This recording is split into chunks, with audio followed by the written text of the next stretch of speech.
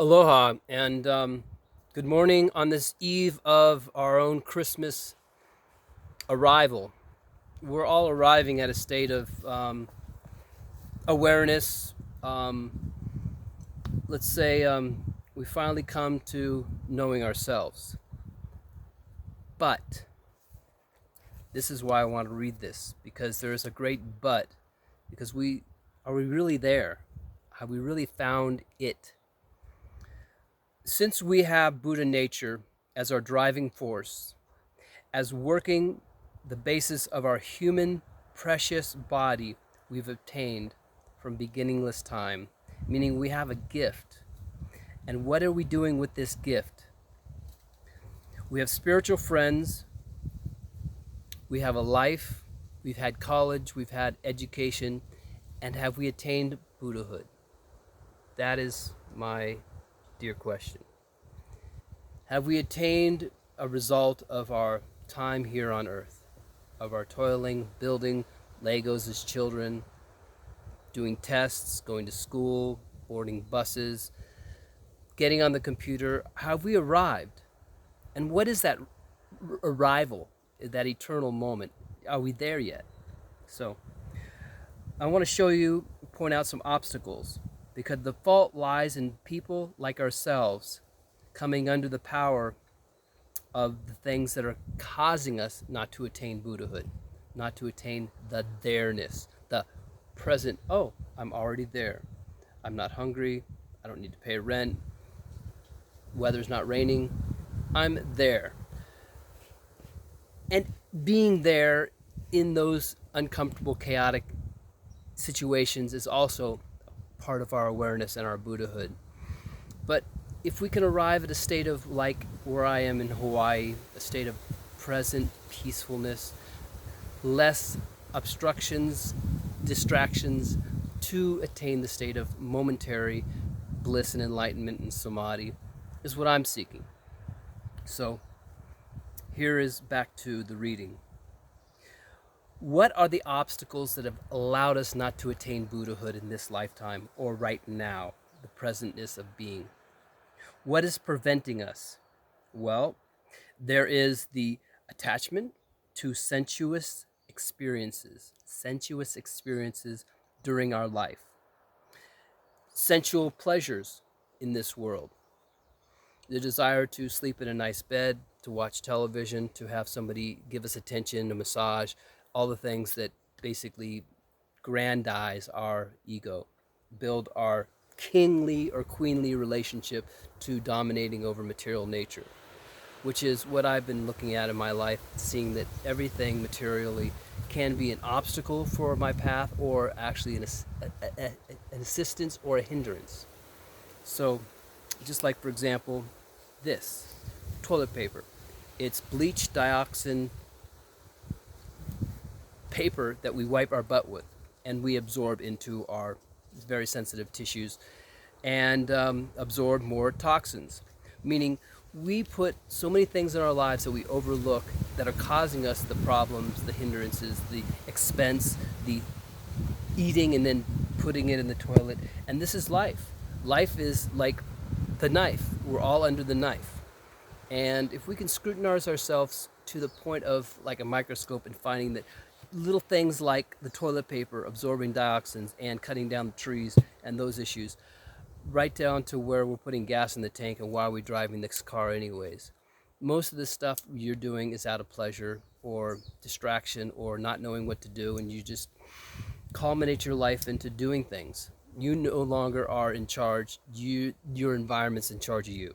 Meaning, to pay for the house, you got to go out and jump in the car, to go out to pay for the things that are actually, you're not actually enjoying fully anyways. So I'm living in a tent for many years, or camping outside, simple as can be, to reduce my impact on the world and my own distractions, my own pain and suffering, because the body's dying. Like, for example, I found this yesterday.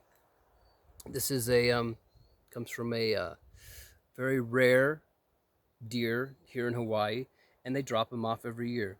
Meaning we're always, and this is great, have the opportunity to get our life right. Meaning we might be making mistakes this past year, and we can shed off our skin and get with the program. Get with Green Tara, get with the I Am Presence, the Saint Germain, the the sound of simplicity, the sound of Om. So let's go back to the hindrances, because if anything, I want this to be a thorn in your side that you're going to pull out, which is the suffering of the sensual pleasures, the suffering of wanting to comfort and enjoy life till we're done with it. I mean, what kind of creatures are we? So, to summarize this, there are 4 topics of instruction.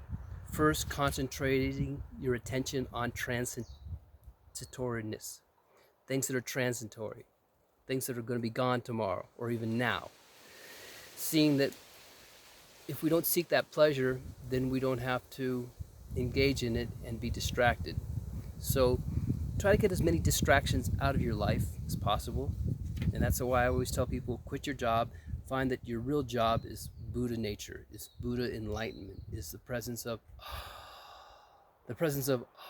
at every moment. If you can be in the presence of you never leave your crazy wisdom. You never leave your, I'm just a big happy kid in a playground of people that are lost in the material mechanics of life. So with that concentrated awareness, also see that the vicious state of samsara is a result of our own actions.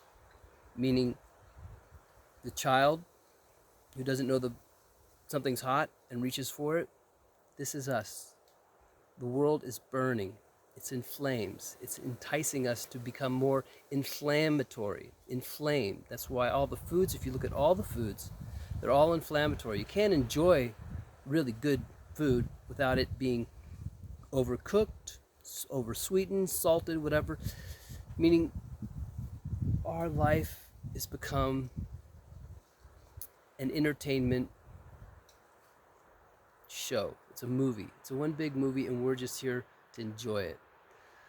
Who are the real workers? Who are the real people that are really seeing that it's time to stop working? That it's time to stop everything and take an accounting of our life, an accounting of our whole year or our whole life, and say, what's it all been worth? Have I really attained my true nature? Have I been working hard on my element of compassion and my element of narcissism or benevolence? We've been so many distractions, only one answer, and that's to die. That's to leave this world and just be in it, but die in it. Just like, I'm over, I'm done. It's designed for this, but it's also designed to get us back into our own heart, our own body. Now,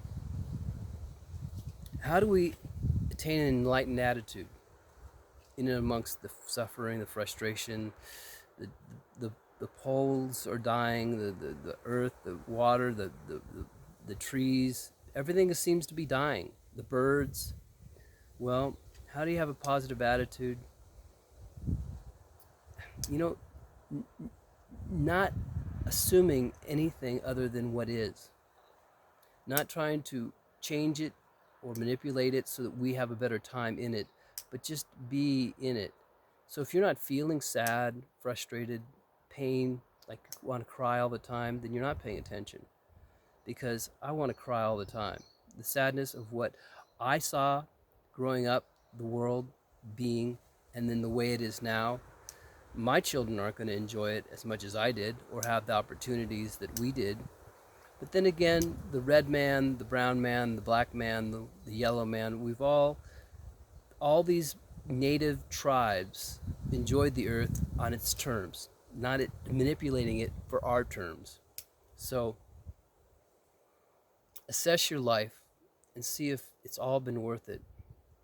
See if all the time on the computer, doing your emails, manipulating the traffic of energy through the internet so that you can benefit while others are competitively trying to take what you have. This is the world. And if you enjoy it, go for it. But I'm done. this is why one of the little secrets today, during this time of year, it's a very inward time, a very hibernating time, a time to hibernate. So I've been hibernating to where I've been sleeping all the time, like a lot. Like the world doesn't matter.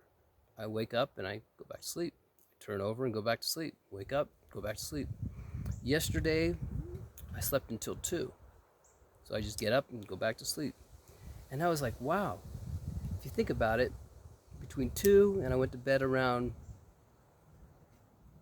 I took a hot tub around 6. So I was really relaxed all night.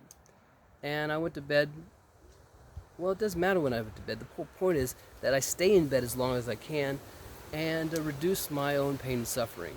Because if I'm already there, if we're already enlightened, if we already have all the virtues that we need, we don't need to anticipate more or try to get more, because that leaves behind all the stuff that we already are. Then just be here now. Jesus is the only way. So just take one breath, Jesus, and just stop everything. So that's my soliloquy today of opening the mind to some of my thoughts, because I haven't done a video in over 2 months. Because not that I don't care, it's like what's motivating you will not change anything that I have to say to you, because you're already motivated by your own narcissism, by your own glorification that you know better. So it's good to have a guru. It's not me, believe me, because I made a choice. I made a choice to be a bodhisattva, which is to help people. But I find that most people are on their own trip. So even the people that I help, they forget. They don't do 99% of what I tell them. So I don't care anymore either. That's how I've lived my life. To the point where, just enjoy life. Enjoy what little things you do, and then fuck the rest. It's all in your mind. And you're here to experience God through your own flesh. Meaning you're on a joyride on God's time, when you knew what God was. I even don't even like the word God, because it doesn't represent the all and everything, which is omniverse, everywhere. But we're here like the wind, like a tree, experiencing the branches moving. That's us. Yet we have moving legs, and that kind of really reduces our ability to be Buddhas. You got to stay in one place a long time to become a Buddha. So this world is going to become Buddhified. It's going to slow down and stop a lot of things. So thank you for listening to my transitory dialogue of on this soon-to-be Christmas day, but it's the solstice, so it really is the darkest time, and it's time to go inward. God bless, and thanks for listening.